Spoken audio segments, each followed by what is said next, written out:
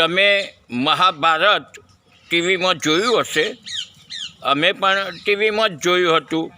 મહાભારતની અંદર દ્રોણ ગુરુ કર્ણને કહી રહ્યા છે, જ્યારે કર્ણ દ્રોણ ગુરુ જોડે શિક્ષા લેવા જાય છે, વિદ્યા શીખવા જાય છે, ત્યારે દ્રોણ ગુરુ કર્ણને કહી રહ્યા છે કે ઉચ્ચ વિદ્યા અને સારું ધનુર્વિદ્યા તે ફક્ત ક્ષત્રિયો અને બ્રાહ્મણોને જ શીખવાનો અધિકાર છે, બાકી કોઈને નથી। અને એ વખતે ઓબીસી એસટી ને એસસીવાળા તાળીઓ પાડતા હોય છે, ખડખડાટ। પરંતુ તમે સમજો, મહાભારત વખતથી જ બ્રાહ્મણો તમારા વિરોધમાં છે। ત્યાં એટલું જ પૂરું થઈ જતું નથી, ત્યાંથી આગળ વધીએ ને તો દ્રોણ ગુરુ અને પાંડવો જંગલમાં જાય છે ને ત્યાં તેમને એકલવ્ય મળે છે, જે પોતાની રીતે ધનુર્વિદ્યા શીખેલો હોય છે।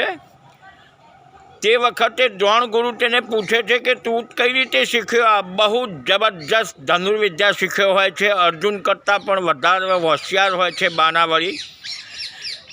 એટલે એકલવ્ય કહે છે કે હું તમારી મૂર્તિ બનાવીને પ્રેરણા લીધી હતી।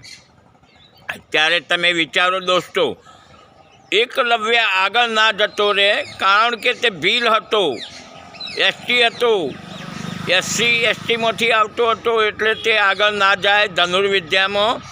અને કોઈક દિવસ એમને ઝઘડો ઊભો થાય, યુદ્ધ ઊભું થાય તો એકલવ્ય તે બધાનો સંહાર કરી શકે તેમ હતો। એટલે એ વખતે દ્રોણ ગુરુએ તેના જમણા હાથનો અંગૂઠો ગુરુ દક્ષિણામાં માગી લીધેલો।